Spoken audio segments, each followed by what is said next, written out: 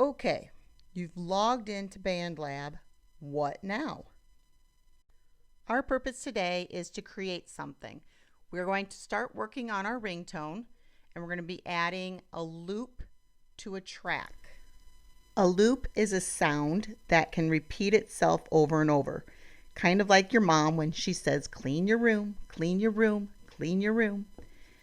The loop is the sound. The track is where it lives. It's going to stay on one track. So for our assignment, we are working on having one kind of loop per track. To get started, click on your profile picture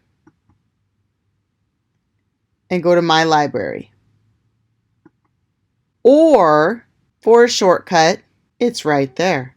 The folder with the music note, click on that and you go to My Library. I have not started any projects yet, so for the first time I would have Create Project here, but for the most part you'll always click Mix Editor to start a personal project. So I'm going to click Mix Editor. You now have a lot of choices to make regarding what kind of loops and tracks you're going to start creating with.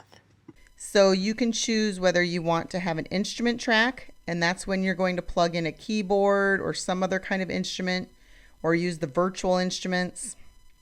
We have a drum machine, which is kind of like the launch pad that we play with in class. You can create beats and rhythms in it. You can do just a complete voice track when you have a microphone attached, or most of you are probably going to be using the microphone that's built into your laptops.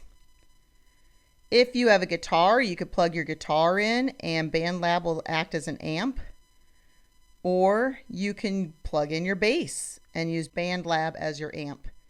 So those are some good choices if you're going to actually perform the tracks. You can import loops from like freesound.org when we're working with that, or songs that you have on your computer, you can import them using that. Or you can browse all of the pre-programmed loops that are on there. Today we're going to just browse. We're going to listen to what the possibilities are. So please click the button that says Browse Loop. There's a bunch of different categories that you can listen to of all of the different built-in loops, which is pretty amazing. They have a lot of loops here. So let's listen to what country trap is. Let's just pick one. And then you just click on one of them, Country Trap Bass 08. So some of you with those preconceived notions about a certain style of music, and maybe you're like, I don't like country. Well, if you look at some of this stuff, that didn't really necessarily sound like it would have to be country.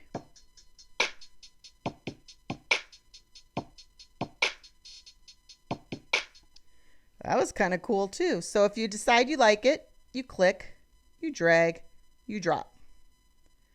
And then yes, I want Bandlab to be on my microphone. You can click on it and drag it to wherever you'd like to be. If you want to make it repeat over and over, click and drag out. This would be 12 bars long. And then you can click and play.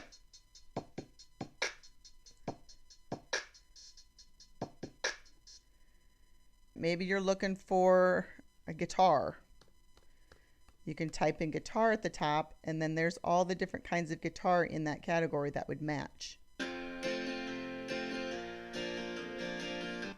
So just for the sake of time, we're going to add that, and then we can move it to wherever we'd like it to start. Remember, each loop should have its own track.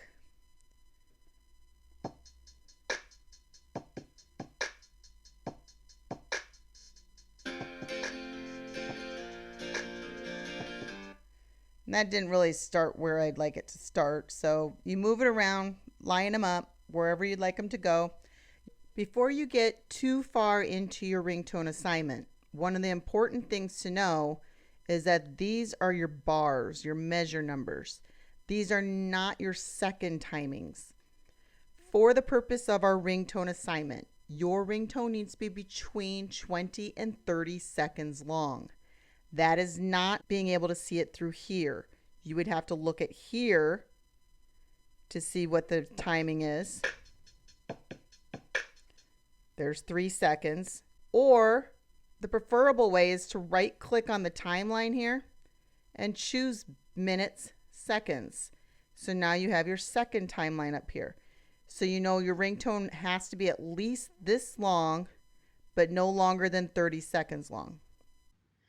Up at the top, change your name to be your first and last name.